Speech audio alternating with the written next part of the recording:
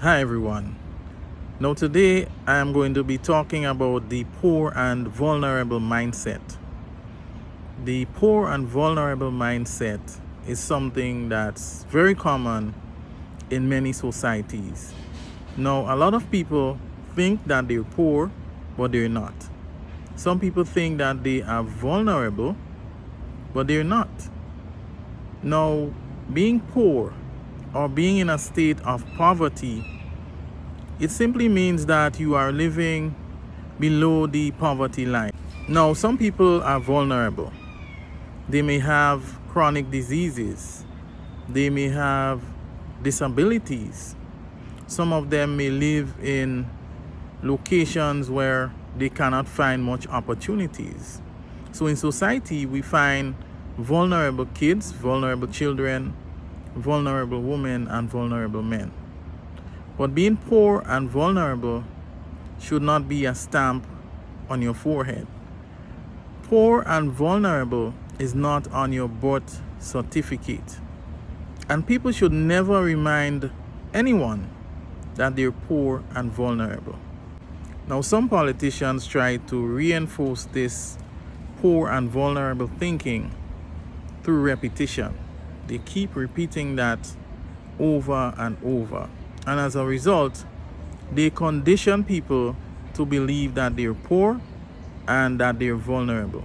So what you find in some societies is a lot of people who are not poor and not vulnerable thinking that they are. People with acres and acres of land believe that they're poor and that they're vulnerable.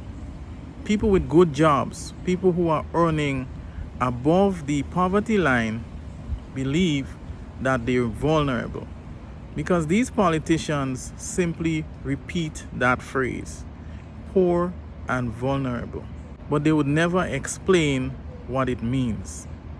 Being poor and vulnerable does not mean that you're going to be in that condition for the rest of your life.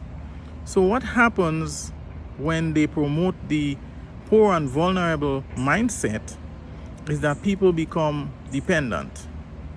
People would just feel that the government should take care of them, pay their rent, take care of their medical bills, give them food, send their kids to school.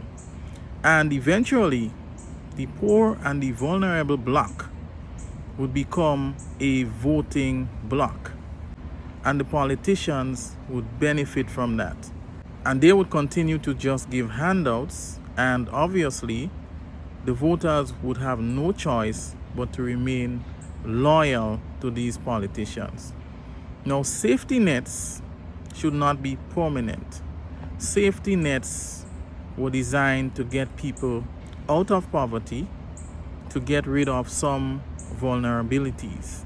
But politicians, in an effort to gain advantage, turn those safety nets into handouts. So don't let anyone come and tell you that you're poor or you're vulnerable. People who tell you that are insulting you.